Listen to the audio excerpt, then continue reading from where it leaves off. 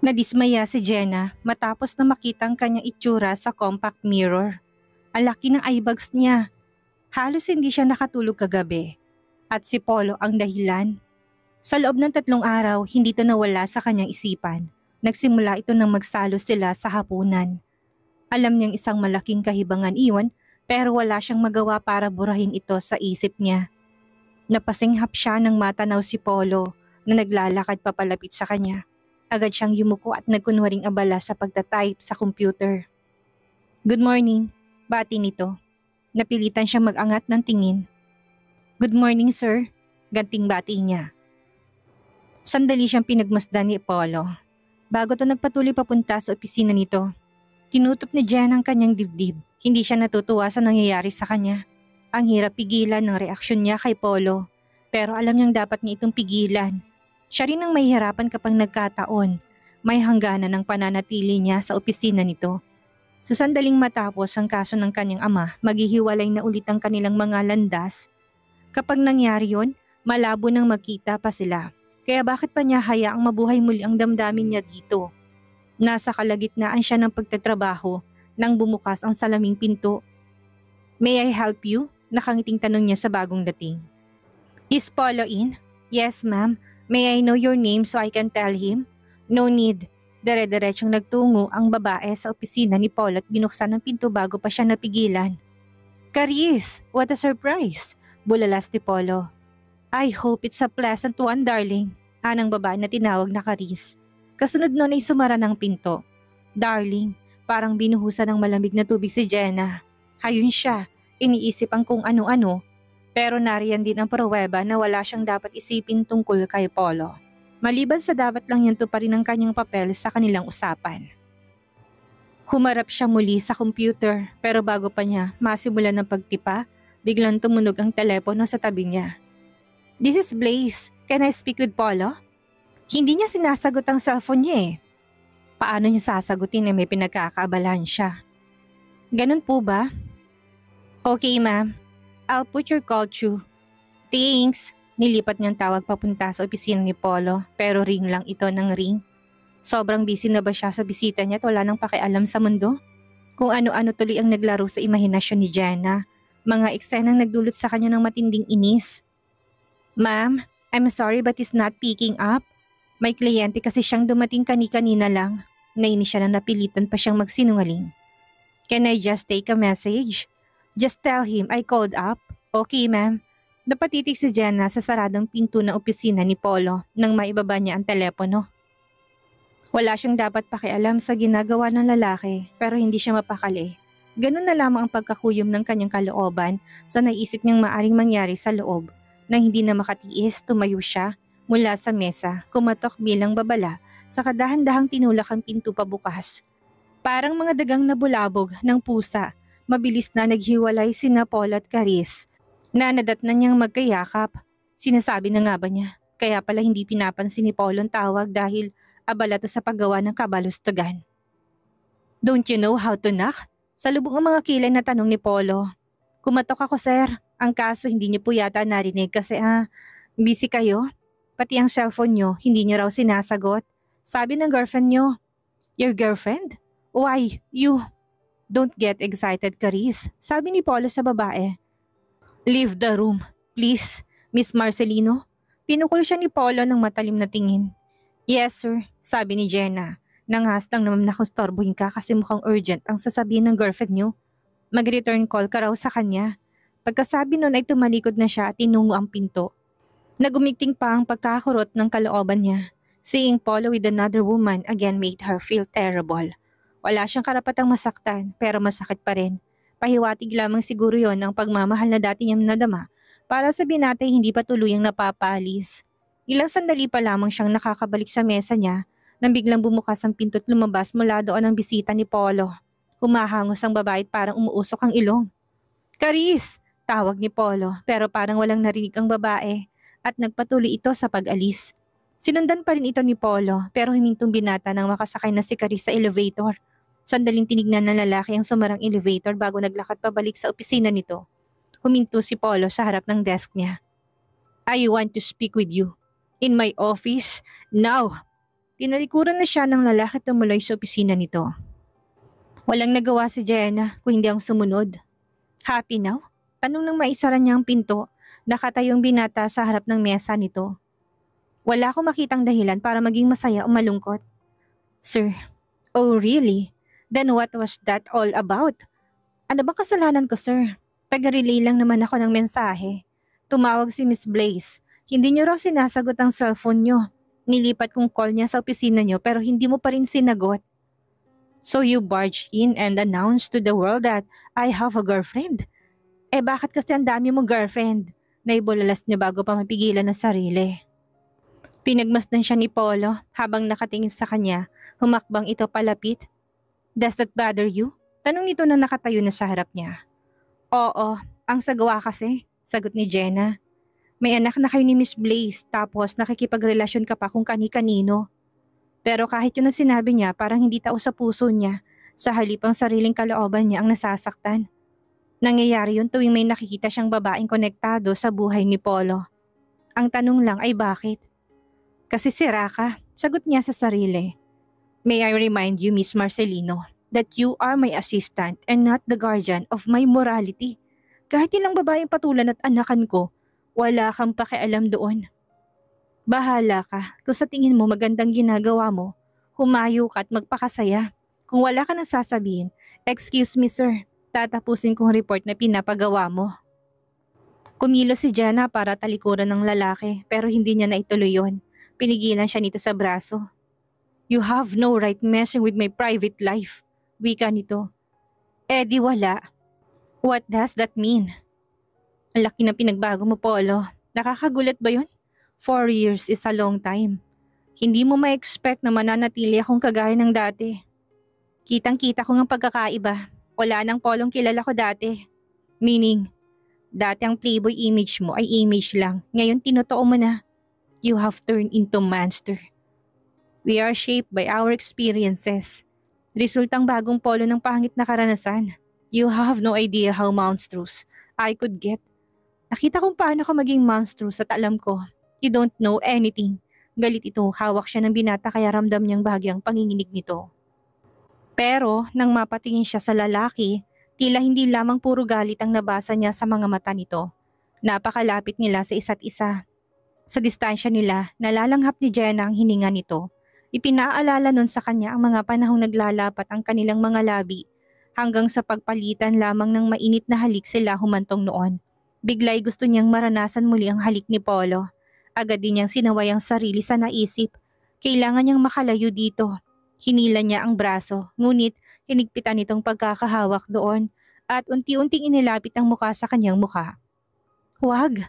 Sigaw ng matinong bahagi ng kanyang isip. Sa huling sandali nagawa niyang ibaling ang mukha kaya sa halip na sa mga labi ay sa pisngi niya, dumapo ang mga labi nito.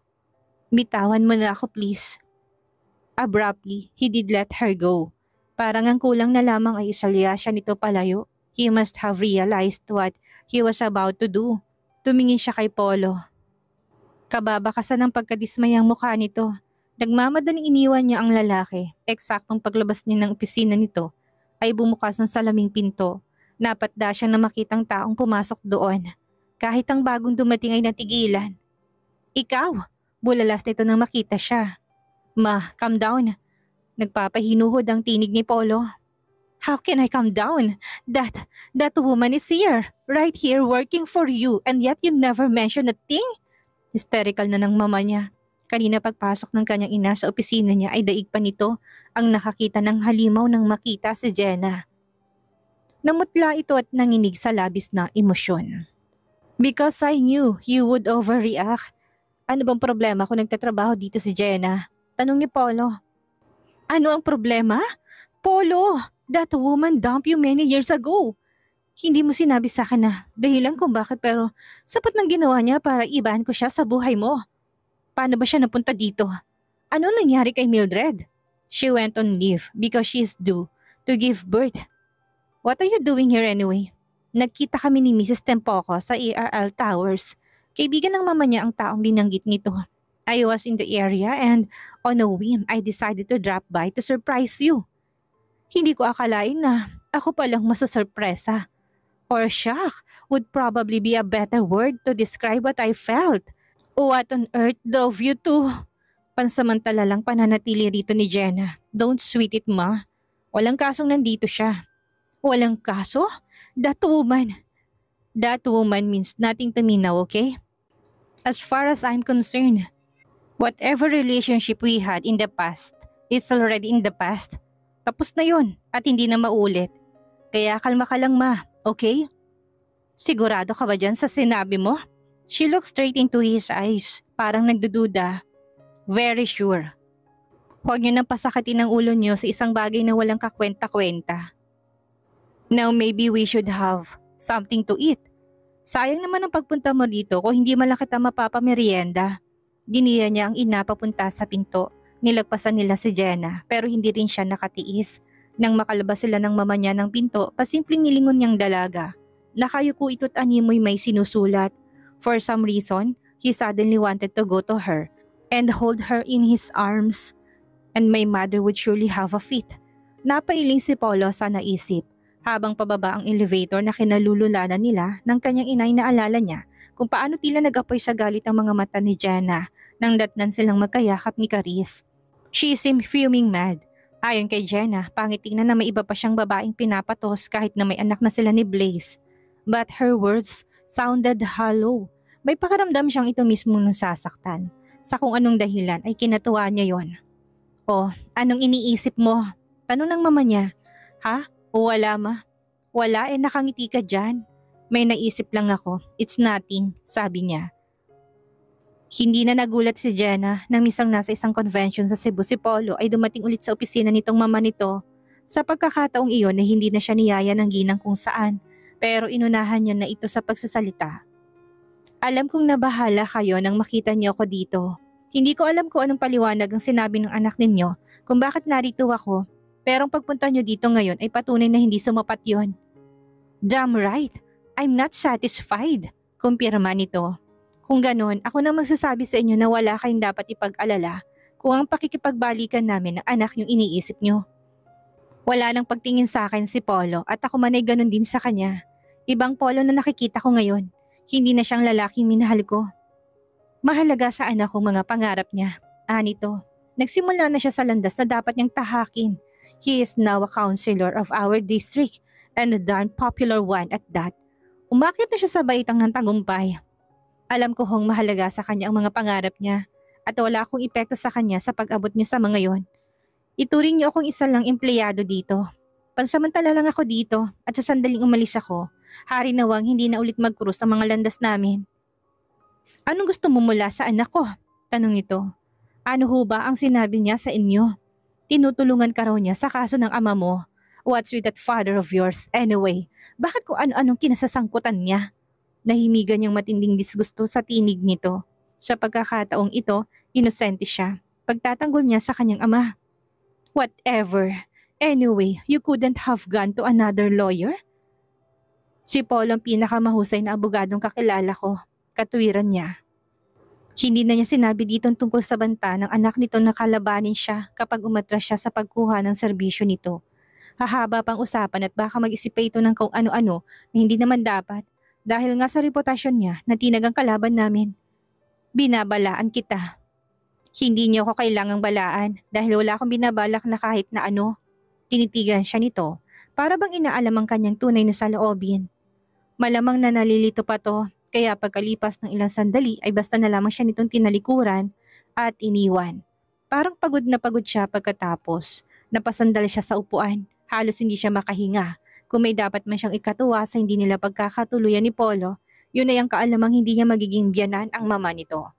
Gayunman, nang maalala niya ang sinabi ni Polo dito noong una, itong dumating sa opisina, nag-init na naman ang sulok ng kanyang mga mata. That woman means nothing to me, okay? As far as I'm concerned, whatever relationship we had in the past is already in the past. Tapos na at hindi na madurugtungan pa. So what kung ganun man? Aniya sa sarili. Good riddance. Ito at ang mama nito'y kabilang sa mga taong hindi dapat maging parte ng kanyang buhay. Niyakap ni Jen ang kanyang sarili dahil sa matinding lamig. Makapal na jacket ng suit niya pero nanunood pa rin ang ginaw sa kanyang balat. Dahil dito, hindi niya lubusang ma-appreciate ang magandang tanawing na daraanan nila ni Polo. Papunta sila sa Baguio. Gusto nitong makapagtrabaho habang nasa biyahe, kaya nagsama to ng driver. Dahil doon katabi niya ito ngayon sa backseat. Kung hindi lang nito, inutos na doon siya maupo, mas pinili na sana niyang sa unahan na lang sumakay nang makita niyang naupo na ito sa likuran. I might need to dictate something to you. Kinatwiran pa nito, pero mula pa sa Maynila, hanggang ngayong paakyat na sila sa Zigzag Road ay wala pa rin itong sinasabi sa kanya. Nakakailang at nakakatensyon ang katahimikan. Panay lang ang basa nito ng mga dokumento. Isang kasong dahilan ng pag-akyat nila sa Baguio at bahagi ng masusing preparasyon ni Polo ang pagrepaso sa lahat ng papeles at impormasyon na may kinalaman dito. Kanina pa ito nagbabasa, kaya hindi na siya nagulat nang sa kalaunan ay makita niyang hinihilot nitong magkabilang sentido. Siguro, sumasakit ng ulo nito. Marunong ka bang maghilot? Tanong nito nang bumaling sa kanya. Ha? Napakurap siya. Para magkaka-migraine yata ako. A massage usually helps. And since you're the only one here aside from the driver, baka naman marunong ka maghilot. Nag-alangan siya. Medyo. Good, pakihilot naman oh. Nilapit nito sarili sa kanya, otomatiko siyang napaisod palayo. Naligo ako kanina, nagpabango pa. Anitong may bahagyang ngiti sa labi. Hindi ang amoy nito ang problema. Kung kanina nga lang na malaman niyang katabi niya ito sa backseat ay natensyon na siya. Paano pa ngayon na kulang na lang ay magkadikit na sila? Hindi na siya sumagot, sa halip ay dinantay niyang mga kamay niya sa mga sentido nito at pinilit na huwag pansinin ang tila pag-iinit ng mga yon. Wala siyang formal na pagsasanay pero may konting idea siya kung paano maghilot. Oh, that feels good. Nakapikit na usal nito, nahikayat siya ng reaksyon nito at itinuloy ang ginagawa niya. She felt a certain satisfaction in knowing she was doing something to lessen his pain. Naginhawaan naman yata ito dahil na rin siguro sa pagod. Maya-maya lang inadama niya ang bigat nito na napasadlak sa kanya. Nang sulyapan niya ito, nakita niya nakatulog na pala to. Mukhang hindi to komportable sa pagkakaupo kaya bahagya siyang lumayo. Umungot ito parang nagpoprotesta. Kapag kuwan ay kumilos to, ng mga sumunod na sandali, natagpuan niya ito na nakaunan sa kandungan niya. Hinayaan niya na lamang to. Kahit na sandali man lang ay makapagpahinga ito. He had been working like a horse this past few days. Ilang araw nang halos sa opisina nito ito natutulog. Kahit hindi ganong kagandang pakikitungo nito sa kanya, may bahagi pa rin niya ang naaalala dito. Baka magkasakit ito. Sinamantala niyang pagkakapikit nito para pagmasdan ito. He had changed so much and yet he still looked the same. Yun pa rin ang mukha ng lalaking minahal niya. At mahal mo pa rin hanggang ngayon. Anang maliit na tinig sa kanyang isip. Hindi mariing kaila niya. And yet as she gazed at Polo's sleeping face, she felt the urge to run her fingers through his hair, to smoothen his brows with her hands, and to kiss his cheeks. Mabilis din niyang sinaway ang kanyang sarili. Pinilig pa niyang kanyang ulo dahilan para mapadilat ito. Nagtama ang kanilang mga mata. He looked surprised and a bit disoriented. And for a few seconds, she thought she was his features softened. Parang nagkaroon ng konting tenderness sa mga mata nito habang nakatingin ito sa kanya. Yun nga lang, saglit lamang na tumagal yun. Mukhang sa tuluyang, paglinaw ng isip nito ay naalala na rin ito kung sino siya sa buhay nito. Dahil dumilim ang mukha nito, bumangon at lumayo sa kanya. Binalikan nito mga papeles na dala nito. Hinilot ni Polo ang kanyang batok. It had been a long and very tiring day. Bukod sa tumagalang hearing, natagalan din ang pag-uusap nila ng kliyente niya. Mabuti na lamang at handa talaga siyang mag-overnight sa Baguio, kaya naipahanda niya sa caretaker ang guest house niya. Doon sila dumiretso ni Jenna. Ang driver na kasama nila ay nauna nang lumuwas sa Maynila dahil magsaservice naman to sa isa pang kasamahan niya sa law firm. Siya na lamang ang magmamaneho pabalik. Napatitik siya sa apoy ng fireplace. Napakalamig ng panahon kaya sinindihan nila ang fireplace. Mula sa bintana ay tanawin niyang paligid na balot ng hamog. He sighed. He felt the weariness seeping into his bones and yet he couldn't seem to relax even if he was not doing anything. Natagpuan niya sariling nire-revise sa isip niyang kaso ng ama ni Jenna. Isang investigador na suki na niyang inatasan niyang maghalungkat ng impormasyon tungkol sa napatay na supervisor. Hindi na siya nagulat nang malamang nasangkot na ito dati sa isang anomalya. Mahusay lamang itong magtago ng dumi nito kaya hindi yun lumalabas sa mga records nito. Ang nahalukay na impormasyong iyon ang nagturo sa kanila sa mga taong magagamit nila bilang mga testigo. Ang ilan sa mga testigo ay may kinanta tungkol sa lalaking nagdiin sa itay ni Jenna bilang salarin. Napagtanto agad niya kung bakit gusto ng lalaking maisara agad ang kaso. Kapag nagkabusisian kasi ng husto, baka mahalungkat pang baho nito. Wala pa siyang konkretong pruweba pero nahinuha niyang sangkot ito sa pagdispalko ng pera ng kumpanya. Dahil doon balak niyang pasimpleng banggitin ang tungkol sa nalalaman niya sa susunod na magkausap sila ng testigo. Base sa karanasan niya, malaki ang posibilidad na umatras na ito sa pagiging testigo kapag natunugan itong may alam siya sa mga katiwaliang ginawa nito. Without his testimony, the case would fall apart. Thinking about the case reminded him of Jenna. Sa pagkalam ng kanyang sikmura, saka lamang niya naalala na hindi pa sila kumakain ng hapunan. Nagmeryenda lamang sila kanina. Malamang nakatulad niya, nag-alboroto na rin ang sikmura ni Jenna. Nagpasya siyang hanapin ito at tanungin kung gusto nitong kumain. Hindi kasali sa listahan niya ng forms of torture ang paggutom niya dito. Napahalukip-kip si Jenna sa sobrang lamig. Pero kahit na parang maninigas ng mga kalamnan niya sa lamig, ayaw pa niyang umalis sa balkong kinatatayuan niya. Ang ganda kasi ng tanawin doon. Kitang-kita niya sa laksang bituin, pati na rin ang ilaw ng mga kabahayang nasa gilid ng bundok. Dahil mahamog ang paligid, nabigyan nun ng kakaibang dimensyon ng paligid. She felt like she was looking through a smoke glass. Hinimas-himas niyang mga braso niya para mabawasan kahit konti ang lamig. You shouldn't be standing out here. Napaigtad siya nang marinig ang tinig ni Polo. Baka sipunin ka o mapulmon niya. Sagutin pa kita, sabi pa nito. Lalo pang lumapit ang tinig kaya sa tingin niya nakatayo na to sa mismong likuran niya. Nayamot siya rito. Binulabog na nga nitong pananahimik niya kung ano-ano pang sinabi nito. Huwag kang mag-alala sir, pipirma ako ng waiver na nagsasabing wala kang sagutin kapag sinipon ako o napulmon niya dahil sa pagtayo sa balkong ito. Sagot niya. Naramdaman niyang lalo pang paglapit nito. Kasunod nun ay ang pagdantay ng dalawang kamay nito sa balikat niya. What if it's not a waiver I want? Nito. Ano pala? Gusto niyang magtaray, balak niyang magtaray. Ang kaso hindi niya nagawang ganun ang himig niya.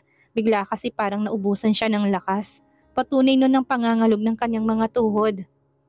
Oh, I could think of a number of things. Nilapit nitong mukha nito sa gilid ng kanyang leeg. Naramdaman niyang mainit na hininga nito. Dapat ay lumayo siya dito pero hindi niya nagawa. Animutuod na napako siya sa kinaroroonan. Biglay nasabik siyang madama ang mga labi nito sa kanyang leeg. Dati ginagawa nito yon. Alam kasi nito na may kiliti siya doon. Pumikit siya tinintay na dumapong mga labi nito sa kanyang leeg. Pero bigla siya nitong binitawan. Nagugutom na ako, sabi nito. Baka gusto mong tingnan ko anong pwede nating kainin sa kusina sa halip na nakatulala ka dito. Pagkasabi noon ay iniwan na siya nito, nawindang siya sa bilis ng pagbabago ng tagpo. Iiling-iling na pumasok na lamang siya sa kanyang kwarto. Nagpalipas siya ng ilang minuto bago siya nagpunta sa kusina para alamin ko anong makakain nila doon. May laman ng refrigerator pero frozen ng karne. Matatagalan kung palalambutin pa niya yon. Lumapit siya sa cupboards. Well stock yun kaya pumili na lamang siya ng 2 lata ng corned beef. Yun na lamang ang iluluto niya. Kailan ba maluluto yan? Malakas ang tinig ni Polo kaya nagulat siya. Sumalang kutsilyong pinanghihiwa niya ng sibuyas at daliri niyang nahiwa niya. Aray! Sabit niya nang makaramdam ng kirot. Anong nangyari? Nasa tabi na kagad niya to. You cut yourself? Inabot nitong kanyang kamay at sinuri ang sugat niya. Kapag kuwan, hinila siya nito palapit sa lababo. Binuksan itong gripo at sinahod ang daliri niya sa tubig. Stay here, kukunin ko lang ang medicine kit, sabi nito pagkatapos. Huwag na, tanggi niya. Baka sisihin pa siya nito sa pagkaantala ng hapunan nila. I insist. Gate nito tumalis na to, nagbalik din naman kaagad at inasikaso na ulit ang sugat niya. Nagpatianod na lamang siya. There, all done. Mag-ingat ka kasi, sabi nito pagkatapos nitong magamot ang sugat niya. Teka, umupo ka na nga lang dun. Ako na maghahanda ng hapunan natin. Pero, that's an order. And I am your boss. Mamaya niyan kung ano pang mahihiwa sa'yo. Sige, hindi nagtagal natapos din ito sa pagluluto. Naghain na ito, tinangka niyang tulungan ito, pero pinaupo lang siya ulit nito. Let's eat. Sabi nito nang dumulog ito sa mesa. Nagsimula na itong kumain. Pagkatapos kumain, nagsimula na siyang maglikpit ng mga pinagkainan nila. Dinala niyang mga yon sa lababo. Akmang huhugasan na niyang mga yon nang pigilan siya nito. Ako na, sabi nito. Ha? Wag na, ako na. May sugat ka, hindi ba? Mababasa yan. Ang liit nga lang nito. Kahit pa, ako na nga sabi eh. Huwag ka nang makulit. Give me that. Inabot itong platong hawak niya. Hindi sinasadyang nagdaiti ang mga kamay nila at muling parang may kuryenteng nanulay sa mga yon. Pinagpapasalamat niyang hindi niya nabitawan ang hawak niya. Napatingin siya kay Polo. Naalala niya mga pagkakataong nagpakita to ng labis na pag-alala at pag-asikaso sa kanya. Dati, ayaw na ayaw nitong nasasaktan at nahihirapan siya. Seeing glimpses of that side of him did things to her heart that she couldn't seem to control. Hindi rin agad to nagbawi ng tingin. Hindi niya alam kung tamang hinuha niya. Pero tila ito man ay natinag sa sinasadyang pagdaiti ng kanilang mga kamay. Pinalis din agad niyang hinalang na yon dahil baka kung ano pang maisip niya. Ang mabuti pa'y magpunta ka na sa sala. Malamig dito. May apoy doon. Naglaro sa diwa niyang isang eksena. Magkayakap sila sa harap na naglalagablab na apoy. Pinilig din kagad niyang kanyang ulo para mapalis yon. Kung pwede ay matutulog na ako. Pagod kasi ako at do whatever you want. Anito, sinamantala niya sinabi nito, mabilis na nilisan niyang kusina. Hindi naiwasan ni Polo na sundan ng tingin si Jenna. It would have been so cozy to sit by the fireplace with her. Naisip niya kanina na utusan ng dalagang samahan siya doon. Base sa kasunduan nila, may karapatan siyang gawin niyon. Pero hindi siya komportable sa ideyang napipilitan lamang ito sa pagsama sa kanya. Nalilito si Polo sa mga nararamdaman niya. Kagaya na lamang kanina nandatnan niya si Jenna na nakatayo sa balkon na nilalamig. Ang instinctive reaction niya ay ang ikulong ito sa mga bisig niya. Pinigilan lamang niya ang sarili. And when he whispered to her and inhaled her scent that was still so familiar to him. After all these years, he almost ended up kissing her. Kung tutuusin, pwede niyang gawin ang mga yon ayon sa usapan nila. Ang sarili nitong kapalit sa serbisyo niya. Pero parang may pumipigil sa kanya na gamitin ang karapatan niyang yon. Kahit nga simpleng pagsisilbi nito sa kanya ay gusto pang tutulan ng kalooban niya. Her presence in his life was creating some turbulence. Nung una, galit na galit talaga siya dito. But lately, that anger was slowly dissolving. Kaya ang espasyo sa puso niya na dati inuukupan ng galit ay parang napalitan ng ibang emosyon. Napapalatak siya. Kailangan niyang i-reformat ang pag-iisip dahil mukhang na-virus yun. Pinapaalala niya sa sarili ang plano niya. Ang gantihan si Jenna sa ginawang pang-iiwan sa kanya.